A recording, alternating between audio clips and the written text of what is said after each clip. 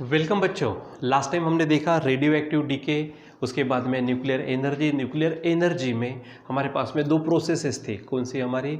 तो एक थे न्यूक्लियर फिशन और न्यूक्लियर फ्यूज़न। ठीक है, उसमें साथ में हमने चेन रिएक्शन भी देखा था। ठीक है बच्चों, एक छोटा सा टॉपिक जो 4-5 मिनट का टॉपिक है हमारा, ठीक है। तो वो हमारा जब हमने law of radioactive decay देखा था, उसके बाद में हमने वहाँ पर क्या किया था कि हाफ लाइफ भी देखा था।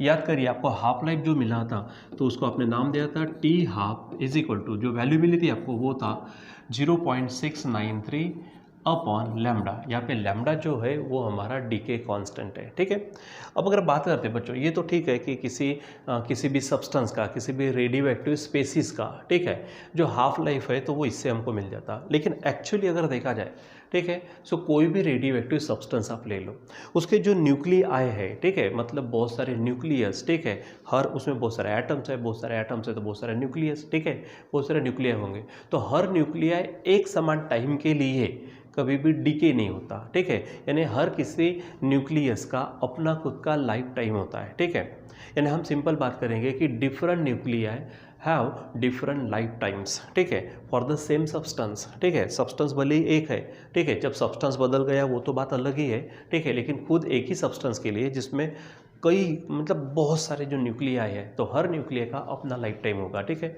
सो अगर मान लीजिए कि अगर मुझे क्या करना है कि किसी न्यूक्लिया का लाइफ टाइम निकालना है, ठीक है, सब्सटेंस का हाफ लाइफ निकालेंगे बात अलग है, ठीक है, लेकिन न्यूक्लियस का अगर मान लीजिए लाइफ टाइम निकालना है तो हर किसी का अलग अलग है, तो आप कैसे जान पाएंगे? इसलिए हम सिंपल क्या करते हैं, ठीक है, जैसे अगर मान लीजिए बच्चों कि मुझे अगर कुछ किलोमीटर्स, ठीक है, बाइक लेकर जाना है, ठीक है, बाइक लेकर जाना है, कुछ किलोमीटर्स तक जाना है, ठीक है, तो क्या एक समान रास्ता होगा क्या हमेशा? नहीं, ठीक है, कई ब्रेकर्स आएंगे, कई भीड़ भाड़ वाला एरिया होगा, कभी एकदम यानी पूरा का पूरा खुला एरिया होगा। ठीक है, तो जहाँ पर खुला एरिया है, हाईवे है, सीधा क्लियर एकदम, तो वहाँ पे आपकी स्पीड ज़्यादा रहेंगी। भीड़ भाड़ वाले एरिया में आपकी स्पीड कम रहेंगी। ठीक है, कम ज़्यादा स्पीड से आप क्या करेंगे, वहाँ पर ड्राइविंग करेंगे। लेकिन जब अगर मान लीजिए कि आप 60 किलोमीटर, ठीक है, आप 60 किलोमीटर 1 घंटे में पहुँचे हो, ठीक है, सो आप एवरेज निकालेंगे तो आपकी जो वेलोसिटी होती है, आपकी जो स्पीड होती है वो 60 किलोमीटर पर आवर आती है। ठीक है, लेकिन क्या हमेशा जैसे जैसे ही आपने स्टार्ट किया तो एकदम से 60 किलोमीटर पर आवर से शुरुआत नहीं होती, और जहाँ पे आपने एंड किया तो एकदम वहाँ पे 60 किलोमीटर पर आवर नहीं रहती। जब स्टार्ट करेंगे तो धीरे धीरे स्पीड बढ़ेंगे, फिर कॉन्स्टेंटली हो सकता है 70-80 पे भी चले आप, खुला रास्ता है तो।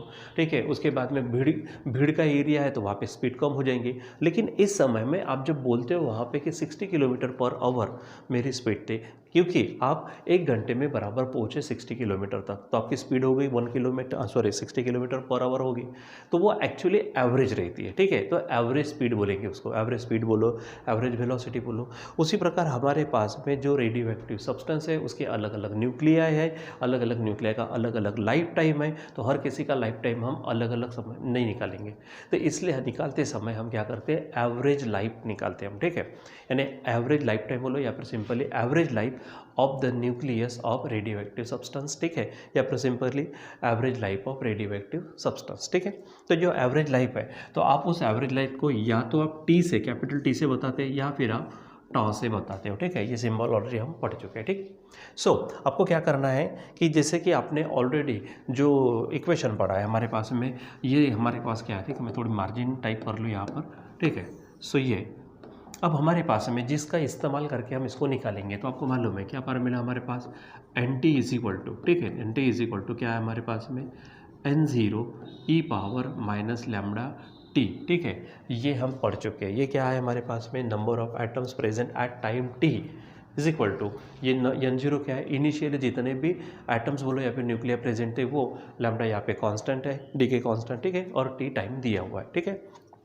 इसका इस्तेमाल करके हम क्या करेंगे, average life of radioactive substance निकालेंगे। जैसा हाफ लाइफ पीरियड निकाला वैसे हम क्या करेंगे, एवरेज लाइफ निकालेंगे। ठीक है, अब मान लीजिए कि जो हमारे पास में जो न्यूक्लियाई है, रेडियो एक्टिव सब्सटेंस के न्यूक्लियाई है, ठीक है, तो वहाँ पर टाइम टी हम ले दें, या फिर यहाँ पर ले दें टाइम टी से लेकर time T plus D T, इतने टाइम में जो एटम्स या फिर जो न्यूक्लियाई डीके होते हैं तो वो हम निकालते हैं। ठीक है, यानी क्या बोलेंगे, number of nuclei decaying in time T to time T plus D T. ठीक है, तो एक्चुअली कैसे निकालेंगे, तो हमारे पास में ये फार्मूला है D N by D T is equal to, ठीक है, अगर हम डायरेक्ट इसका अगर वैल्यू निकालते हैं, ठीक है। तो dn/dt इज इक्वल टू हमारे पास क्या है, लैम्डा इंटू, ठीक है, हमारे पास में nt है, ठीक है, ये मिल जाएगा, ठीक है। dn/dt is equal to lambda nt। अब dn is equal to, dn को आप क्या करो, अकेला करो तो dt उधर जाएगा, तो लैम्डा nt dt ये मिल जाएगा। तो डायरेक्ट नंबर, ठीक है, number of atoms, number of nuclei decaying between time t and t plus dt, तो ये हमको मिलेगा, ठीक है। यानी क्या हो जाएगा, ये हमारे पास है dn इज इक्वल टू क्या होगा, लैम्डा nt इंटू dt, ठीक है, इज इक्वल टू, अब ये लैम्डा है हमारे पास, एन टी की वैल्यू ये रख दो, यानी क्या हो जाएगा, n0 e power minus lambda T into D T हो जाएगा। तो मान लीजिए कि हमारे पास में ये नंबर ऑफ एटम्स डीके हो गए इसमें, इस टाइम पीरियड में, ठीक है। अब मान लीजिए कि जो हमारा लाइफ टाइम है, ठीक है, वो लाइफ टाइम है हमारा, समझो टाइम टी है, ठीक है, टी हमारा क्या है, लाइफ टाइम है, ठीक है, टी हमारा लाइफ टाइम ऑफ न्यूक्लिया है, ठीक है, न्यूक्लिया का क्या है, ये लाइफ टाइम है, समझो, ठीक है। अब मुझे क्या निकालना है, एवरेज निकालना है, ठीक है, यानी क्या बोलेंगे यहाँ पर हम, एवरेज लाइफ, ठीक है, यहाँ पर हम निकालेंगे average life of radioactive substance, ठीक है, रेडियो एक्टिव सब्सटेंस का एवरेज लाइफ, ठीक है। आप उसको कैपिटल टी से या फिर किससे बता सकते हो, टॉ से बता सकते हो, ठीक है।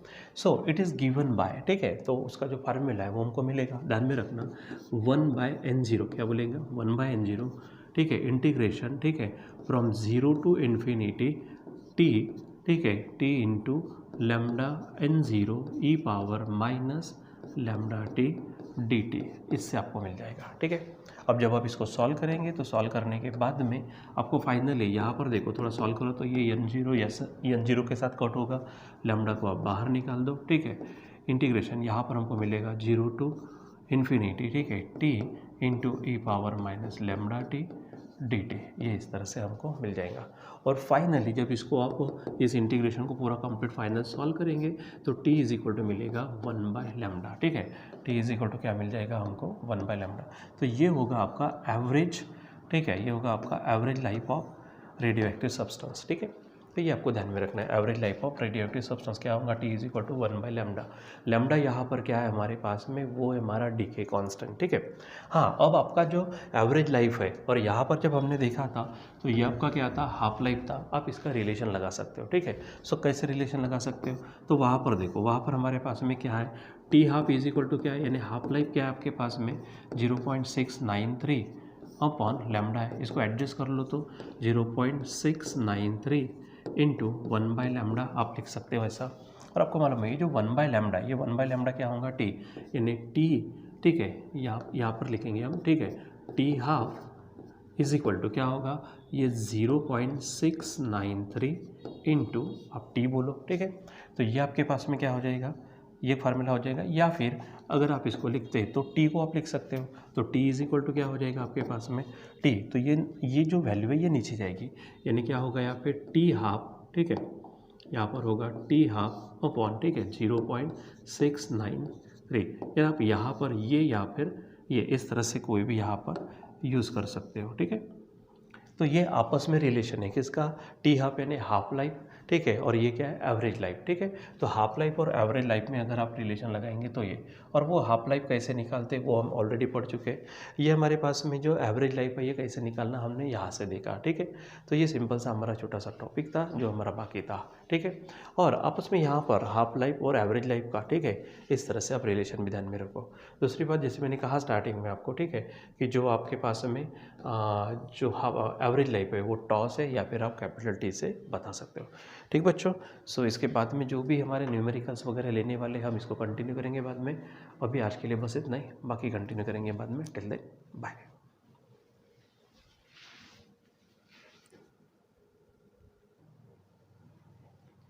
ये आपके पास में डायरेक्ट जो हम पढ़े तो वो हमारे पास में उसका क्या है, यहाँ पर इसका आप स्क्रीनशॉट ले सकते हो, यहाँ पे थोड़ा सा वीडियो को पॉज करके, ठीक है, ये आप नोट्स लिख सकते हो, ठीक है, जो पढ़ा है हमने, ठीक है, एक्चुअली जो यहाँ पर पढ़ा है वो जो यहाँ पे समझा है वही यहाँ पर नोट्स के रूप में, ठीक है।